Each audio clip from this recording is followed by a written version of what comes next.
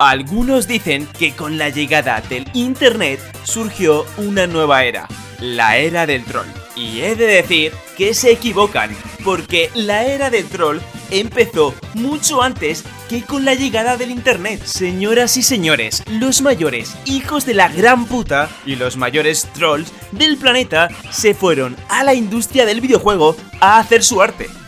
Y este arte es conocido como el viejo arte de los easter eggs.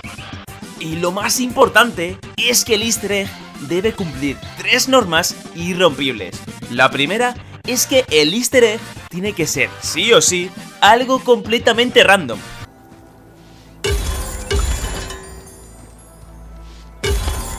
Pues vale. Segunda norma, que sea un mensaje claro y preciso. Y por supuesto, la tercera y última norma.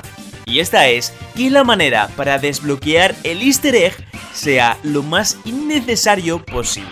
Hasta el punto que en el primer Donkey Kong, para desbloquear un easter egg, tenías que establecer un récord de 37.000, 73.000 o 77.000 puntos, agotar todas las vidas, tirarse al vacío y subir la dificultad del juego a 4 para que finalmente en el menú aparezcan las siglas LMD en honor a su creador, Ladon Dyer.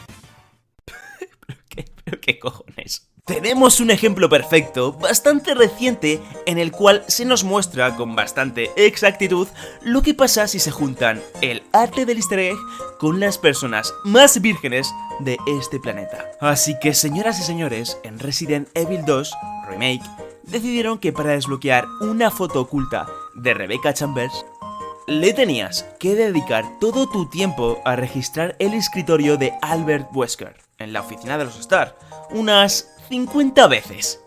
Casi nada, ¿verdad? Pero bueno, si es cierto que no tienes nada mejor que hacer con tu vida y decides ir en busca de este easter egg, finalmente podrías encontrar esta foto en su escritorio. Pero Albert, ¿cómo explicas esto? A ver, ¿cómo explicas esto?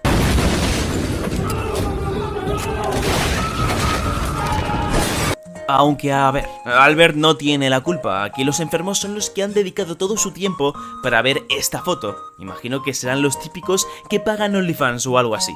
En algunos casos, algunos desarrolladores tienden a tener cierta tendencia para crear easter eggs que son parecidos entre sí o tienen algún tipo de patrón en común. Por ejemplo, en el caso de CD Projekt, con la saga de The Witcher, sus easter eggs tendían a estar relacionados con cadáveres de personajes famosos de otras franquicias. Mira, por ejemplo, tenemos el cadáver en The Witcher 3 de Tyrion Lannister, que la encontramos en una celda que, curiosamente, es bastante parecida a la que ya vimos en la serie. No sé si es un cadáver, a mí me parece que está puesto de heroína. También en esta saga en especial, en The Witcher 2, tenemos el ejemplo de qué pasaría si los saltos de fe fueran realistas. Como podéis ver, Ezio no acaba muy bien. Pero eso sí, desde luego que eso sí ha sido un salto de fe y realista es un rato. Y sí, como fiel seguidor del viejo arte de los easter eggs, antes hemos comentado que tienen que ser cosas completamente aleatorias, y como no podía ser de otra manera, en GTA V tenemos el perfecto ejemplo de esto, y es que al llamar a un número en específico dentro del móvil del juego, podías provocar explosiones aleatorias en el cielo, sin explicación y sin razón aparente.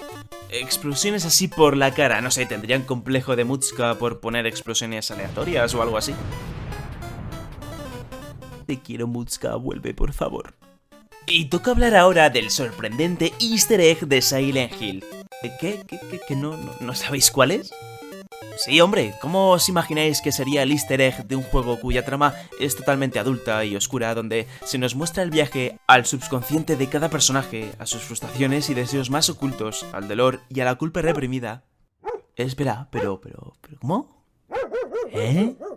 ¿Pero y este puto perro? Pues sí, gente, el easter egg de Silent Hill 2 nos mostraba a un perrete que nos daba a entender que él era el responsable de todo lo que pasaba en el juego. Es decir, que todo esto que veis